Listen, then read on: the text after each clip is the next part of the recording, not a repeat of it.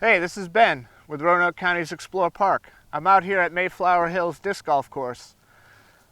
In my first video, I showed you a few things about how a disc flies and how to read the numbers and how to decide which disc to use.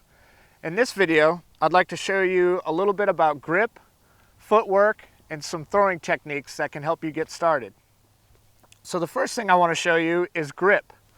There's a lot of different ways to grip a disc, and it's a little bit different than using your everyday Frisbee.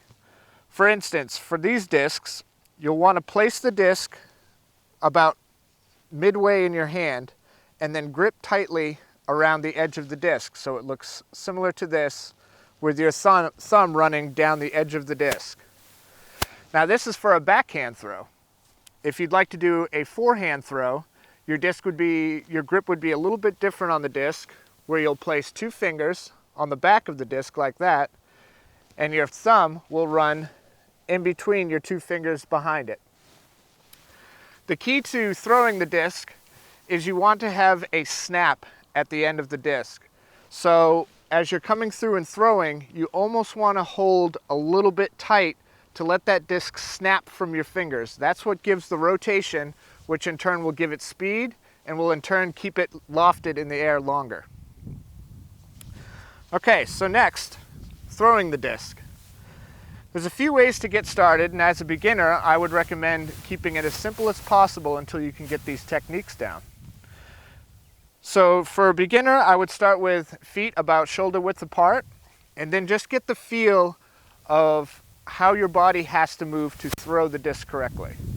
With a Frisbee, it's almost like a baseball throw where you're taking a step and your arm comes out like this. With a disc, you want everything more closer to your body and keep things real central and almost use a torque of your body to throw the disc. So when you're coming through, legs full apart, you want to use your hips and your back leg to create that torque to come through and keeping your arm close to your body. Don't release it out here. You want to come through and release it inside this way, like that. Creating a shift from weight from your back foot as you twist to your front foot. So everything is in one fluid motion as you're letting it go.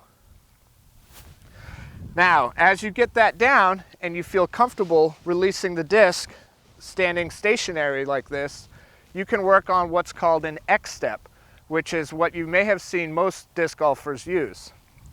With an X step, you want to start somewhere 3/4 to the back of your tee pad, and it is basically exactly what it's called. You want to sort of create an X. So you'll start out with your first foot, which is sort of how we started with a beginner stance. Then you take your back foot and you cross it behind your front foot, and then this is where the torque starts, is this step, and it's bringing it through. You're still finishing the same way as that stationary step. It's just giving you a little bit more torque as you're coming through, and it gives you a little more momentum on the shift of the weight. So now that I've showed you a little bit about the X step and the stationary step, I'm going to put this all together and show you what an X step looks like in real-time motion.